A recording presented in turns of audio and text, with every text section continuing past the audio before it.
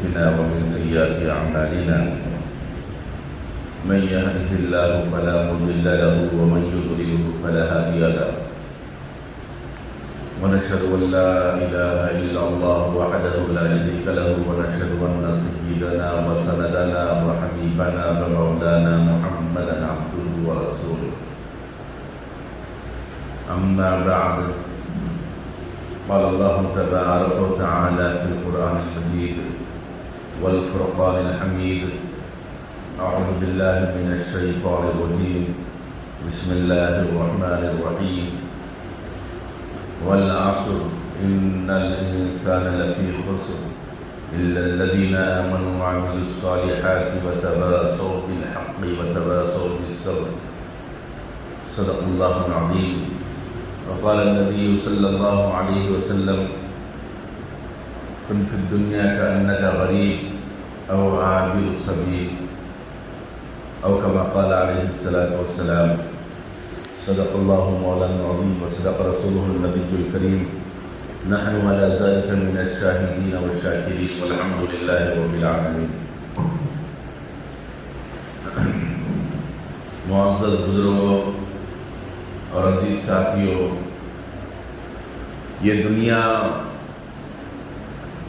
ختم ہونے والی ہے اور اس دنیا کا کوئی اعتبار نہیں، اس وجہ سے کہ دنیا نے ہر ایک کے ساتھ دھوکہ دیا ہے. تو انسان کی جو زندگی ہے اس دنیا کے لیے ایک مختصر سی زندگی ہے، اور رب کریم نے انسان کو جو زندگی عطا فرمائی ہے یہی حقیقت ہے. اب زندگی کا کون سا موڑ کب آنے والا ہے یہ کسی کو پتہ نہیں. کب کس کی گھڑی ختم ہو جائے، کب کس کا وقت ختم ہو جائے، کب کس کو اللہ کے پاس جانا پڑے، یہ حقیقت ہے. آج دنیا کے اندر جتنی قومیں، جتنے مذاہب، جتنے لوگ پائے جاتے ہیں، چاہے کہ وہ دہریہ قسم کے ہی کیوں نہ ہوں، جو نہ وجود الہی کو مانتے ہیں، نہ کائنات کے وجود کی تخلیق کو سمجھتے ہیں، ایسے لوگ بھی موت کی حقیقت کو سمجھتے ہیں. موت ایک اٹل حقیقت ہے، یہ ہر ایک کو آنے والی ہے اور یہ دنیا ختم ہونے والی ہے. اب اس کے لیے اللہ رب العزت نے ہم کو اور ساری انسانیت کو تاکید فرمائی ہے کہ انبیاء علیہ السلام کے ذریعے سے اور قرآن پاک اور کتاب الہی کے ذریعے سے، اسی طریقے سے اللہ تعالیٰ نے ہم سب کو اپنے احکامات کے ذریعے سے اپنی طرف بلایا ہے. اب ہمارا کام یہ ہونا چاہیے کہ ہم دنیا کی اس ناپائیدار زندگی سے دل نہ لگائیں. اتنی سب حقائق کے باوجود، اتنے سب حالات کے باوجود کہ ہم اس بات پہ یقین رکھتے ہیں کہ مرنا ہے. ہمارا تو نظریہ یہ ہے کہ مرنے کے بعد اللہ کے پاس ہمیں کیے کا حساب دینا ہے. ہم نے یہاں جو کیا ہے، اگر اچھے اعمال کیے ہیں تو اس کی بہترین سزا، بہترین جزا ملے گی، اور اگر برے اعمال کیے ہیں تو اس کی سزا ملے گی.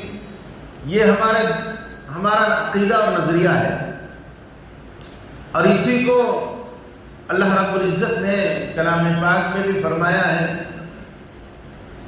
کہ تمہارے لیے اللہ رب العزت نے جنت اور جہنم بنا رکھی ہے، جو جس میں چاہے وہ اس طرف جا سکتا ہے، کیونکہ جو قوت ارادی اللہ تعالیٰ نے انسان کو دی ہے وہ کسی اور مخلوق کو نہیں دی ہے. حتیٰ کہ جو نورانی مخلوق جس کو فرشتے کہتے ہیں، ان کو بھی اللہ تعالیٰ نے وہ قوت اور قوت ارادی نہیں دی جو ہم کو دی ہے، یعنی انسان کو. یعنی کسی کام کے کرنے اور نہ کرنے کی جو صلاحیت ہے وہ صرف ہم کو ہے، یعنی انسان کو ہے، دوسرے کو نہیں ہے. حتیٰ کہ فرشتے جو اللہ کی خاص اور نورانی مخلوق ہے وہ بھی اس سے دور ہے، جو اللہ تعالیٰ نے یہ طاقت اور قوت انسان کو جو دی ہے۔ پھر ایک دوسری بات یہ ہے کہ جو ہمارا عقیدہ اور ایمان ہے کہ وہ تو پختہ ہے، کیونکہ اسی پر ہمارا ایمان ہے، اس کے بغیر ہماری ایمان کی تکمیل نہیں ہوتی، کیونکہ ہمارا ایمان ہے کہ یوم آخرت پر ایمان رکھنا ہے۔ تو یوم آخرت کیا چیز ہے؟ یوم آخرت اللہ تبارک و تعالیٰ کے پاس حاضر ہونا ہے اور ہمارے دنیا کے اندر کیے ہوئے کاموں کے حساب ہمیں دینا ہے۔ لیکن جو دوسرے نظریے والے ہیں ان کا تو یہ ہے کہ دنیا ہے، اللہ نے بنائی ہے، ایک خدا نے بنایا ہے، اب یہ دنیا چلے گی، جب ہماری زندگی ختم ہو جائے گی تو ہم مٹی کا ڈھیر ہو جائیں گے، یا جل کے راکھ ہو جائیں گے، یا سمندروں کے حوالے ہو جائیں گے، یا جانوروں کے ہم حوالے ہو جائیں گے۔ یہ ان کا نظریہ ہے۔ ایک ایسا طبقہ بھی موجود ہے۔ اب کرنے کرانے کا کوئی نظریہ آگے کا، یعنی جنت جہنم، حشر آخرت کا کوئی نظریہ نہیں ہے۔ حشر اور آخرت کا کوئی نظریہ نہیں ہے اللہ کا۔ لیکن ایک تیسرا طبقہ ہے، وہ تو یہ سمجھتا ہے کہ کوئی چیز دنیا کی ہے ہی نہیں، بس یوں ہی وجود میں آئے اور یوں ہی ہم ختم ہو جائیں گے۔ اب نہ دنیا میں کوئی بدل ہے اس کا، نہ آخرت میں اس کا کوئی جزا و سزا ہے۔ لیکن یہ سب باتیں غلط ہیں، کیونکہ اللہ رب العزت نے انسان کی جو تخلیق فرمائی ہے وہ اس وجہ سے فرمائی ہے کہ وہ اپنی معرفت چاہتے ہیں۔ اللہ رب العزت اپنی معرفت چاہتے ہیں اور اپنی پہچان بنانا چاہتے ہیں۔ حالانکہ اللہ رب العزت کے پاس عبادات کے لیے اور اللہ رب العزت اپنی تمام عبادتوں کے لیے اللہ تعالیٰ نے الگ الگ مخلوقات کو رکھے ہیں۔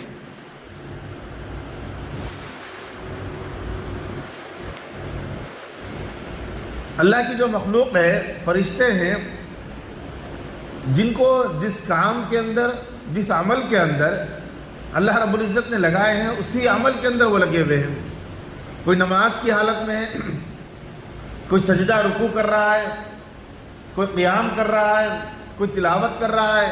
اللہ تعالیٰ نے جس کام کے لیے، جس عبادت کے لیے جس فرشتے کو جو لگائے ہیں، ابتدا سے لے کے قیامت تک وہ اسی عمل کے اندر رہے گا۔ پلک جھپکنے کے برابر بھی اس کے اندر وہ غفلت نہیں برتے گا۔ یہ اللہ رب العزت کے پاس ایسی مخلوق ہے۔ لیکن انسان کی تخلیق کا مقصد کیا ہے؟ جب فرشتوں سے اللہ تبارک و تعالیٰ نے کہا میں ایک ایسی مخلوق پیدا کرنا چاہ رہا ہوں جو انسان کہلائیں گے اور وہ دنیا میں رہیں گے، تو فرشتوں نے عرض کیا اے باری تعالیٰ کیا آپ ایسی مخلوق کو پیدا کرنا چاہ رہے ہیں جو دنیا میں جا کر فتنہ و فساد کریں گے، لڑائی جھگڑے، قتل و قتال، جنگ و جدال کریں گے؟ کیا ایسے لوگوں کو آپ پیدا کرنے والے ہیں؟ اللہ رب العزت نے فرمایا کہ تم لوگ تو ایک پہلو کو جانتے ہو، میں جو جانتا ہوں ان سے متعلق وہ تم نہیں جانتے۔ میں جو جانتا ہوں کہ ان کو میری معرفت عطا کروں گا، میری پہچان دوں گا۔ ان لوگوں کو جو اس معرفت کو حاصل کریں گے، میری پہچان کو حاصل کریں گے، وہ دنیا کے کامیاب ترین انسان کہلائیں گے، اور آخرت جو لامحدود زندگی ہے جس کے اندر اللہ رب العزت نے ازلی کامیابی رکھی ہے، جو ہمیشگی کی کامیابی رکھی ہے، وہ ہے جنت کی کامیابی ہے۔ اور جنت میں بھی اللہ تعالیٰ نے ایک نعمت عظمیٰ رکھا ہے، وہ رکھا ہے دیدار الہی، یعنی خود اللہ تبارک و تعالیٰ کا دیدار۔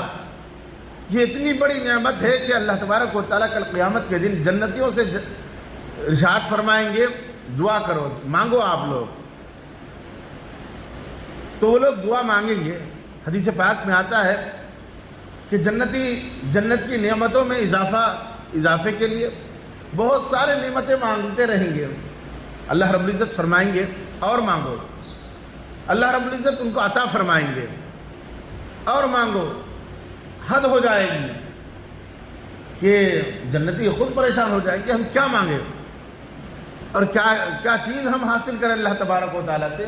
ہم مانگ کر تھک گئے ہیں اور اللہ تبارک و تعالیٰ اپنے خزانے غیب سے دیتے جا رہا ہے۔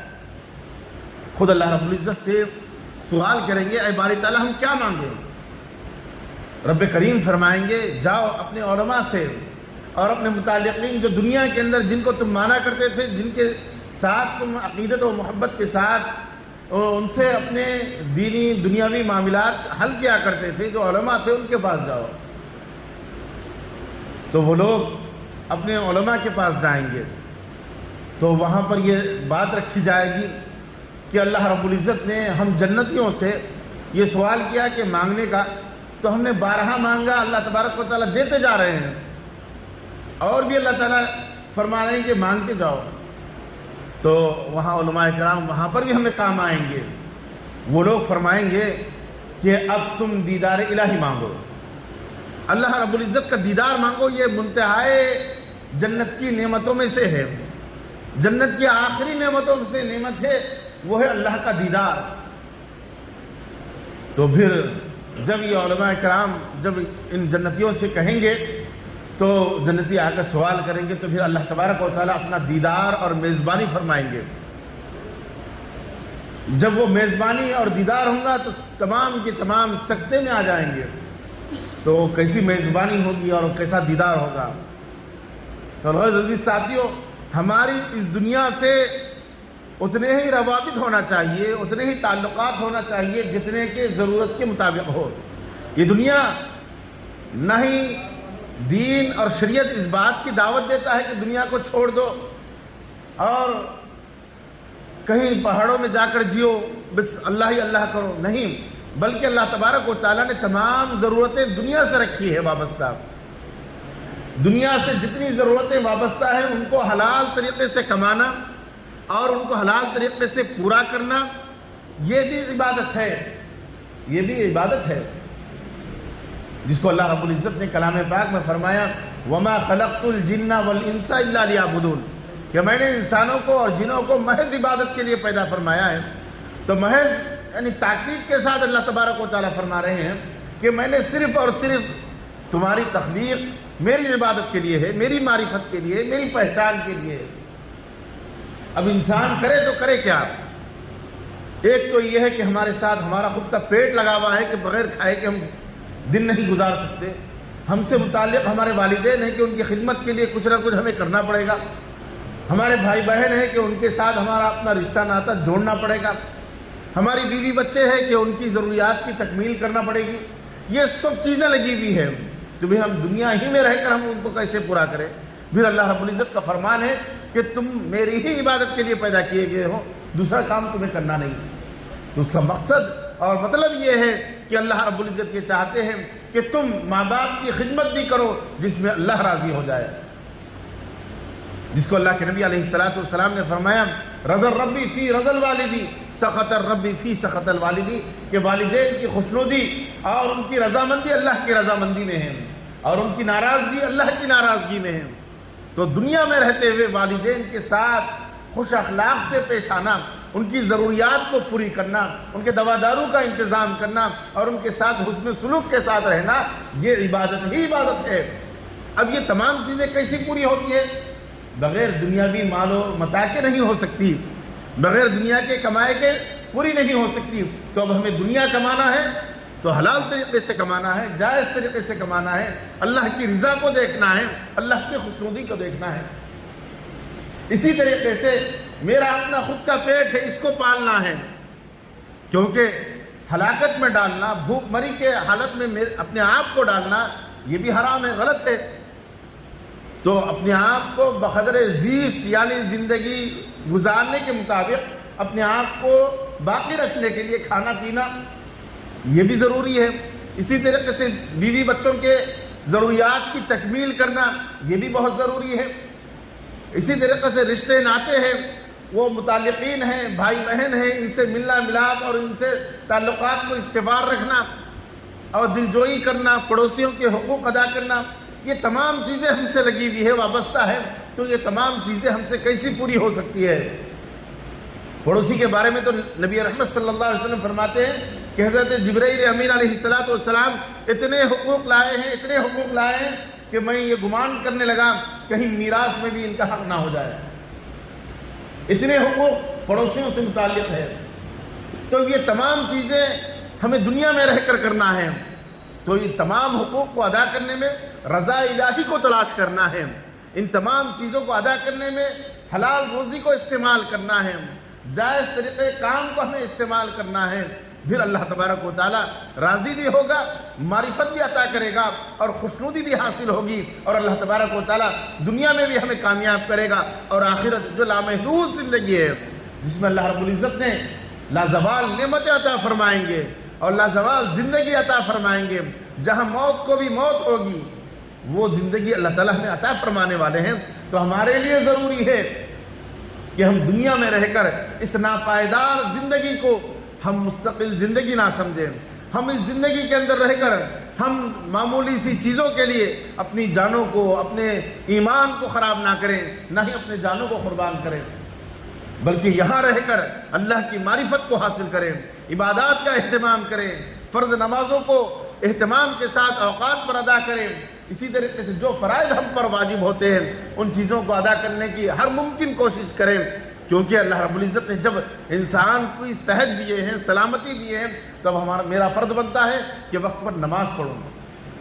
اسی طریقے سے اللہ رب العزت نے مال دیا ہے تو اب اس کی ضرورت ہوتی ہے کہ میں اس کی زکوٰۃ نکالوں، پھر اللہ تعالیٰ نے اور بھی مال دیا ہے تو اب حج کے لیے میں جاؤں۔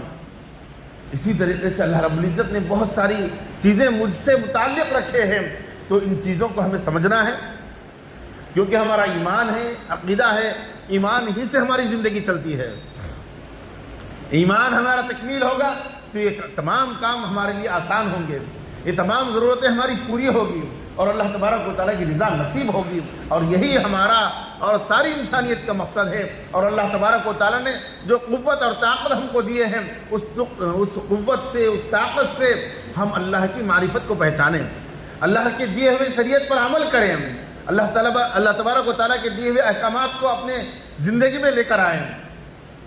یہ ہے چاہت، ایسا نہیں کہ اللہ تعالیٰ نے ہمیں قوت اور طاقت تو دی ہے لیکن ہم اس قوت اور طاقت کو شیطانی اعمال میں یا غیر ضروری چیزوں میں، نافرمانی الہی میں اگر ہم استعمال کر رہے ہیں تو یہ ہمارا اپنا خود کا اپنے آپ کو دھوکہ دینا ہے، یہ ہمارا اپنے آپ کو دھوکہ دینا ہے۔ لہذا ہم اللہ تبارک و تعالیٰ کی رضا کے لیے، اللہ کی خوشنودی کے لیے، اپنی خود کی نجات کے لیے اب اپنے آپ کی قدر کرنا ہے، اپنے آپ کو سمجھنا ہے، اور اپنے آپ کی قدر اسی میں ہے کہ ہم اس چیز کو سمجھے جو اللہ تبارک و تعالیٰ نے کم و بیش سوالات انبیاء علیہ السلام کے ذریعے سے ایک ہی بات کی دعوت دی ہے اور ایک ہی بات کا اعلان کیا ہے، ایک ہی طرف انسانوں کو بلایا ہے۔ وہ کس طرف؟ وہ ہے لا الہ الا اللہ، اللہ کو مانو، اللہ کے سوا کوئی نہیں ہے، اس چیز کو ماننا ہے اور اس چیز کو اپنی زندگیوں کے اندر یقین کے ساتھ لانا ہے۔ تو عزیز ساتھیوں، ہم اپنے آپ کو اور اپنے آپ کی قدر کرنے کو سمجھیں، کیونکہ اگر ہم خود اپنے آپ کی قدر نہ کریں گے، نہ دنیا میں کوئی ہم کو اپنے منصب پر بٹھانے والا ہے اور نہ ہی آخرت میں نہ ہماری پہچان ہوگی۔ لہذا دنیا میں بھی ہم اچھا وقار رکھنا چاہتے ہیں تو اعلیٰ تعلیم حاصل کریں، حلال روزی استعمال کریں، بہترین اپنے آپ کو بنائیں اور اپنے آپ کی قدر کریں، اس اعتبار سے کہ ہم دینی اعتبار سے کہ اللہ تبارک و تعالیٰ کی ہماری معرفت حاصل ہو جائے، کہ اللہ تبارک و تعالیٰ ہم کو پہچاننے لگے اور ہم سے خوش ہو جائے، ہم سے راضی ہو جائے، اور اسی طریقے سے ہم اپنے آپ کی قدر اس انداز سے کریں کہ دنیا کے اندر بھی ہم کسی کے محتاج اور کسی کے زیر سایہ نہ ہوں، بلکہ اللہ تبارک و تعالیٰ ہم کو فراوانی کے ساتھ حلال روزی کے تمام ذرائع کھول دے۔ اس اعتبار سے خود اپنے آپ کی قدر کرنا ہے اور اپنی اولاد کو اس انداز سے بنانا ہے۔ اللہ تبارک و تعالیٰ ہم سب کو ان باتوں پر عمل کرنے کی توفیق نصیب فرمائے۔ کہنے والے سننے والے سب کے سب محتاج ہیں، اللہ رب العزت بے نیاز ہے، اللہ تعالیٰ ہم سب کو عمل کرنے کی توفیق نصیب فرمائے، سمجھنے کی توفیق نصیب فرمائے۔ آمین۔ وما علینا الا البلاغ۔ جو احباب سنت نے پڑھے سنت بولے۔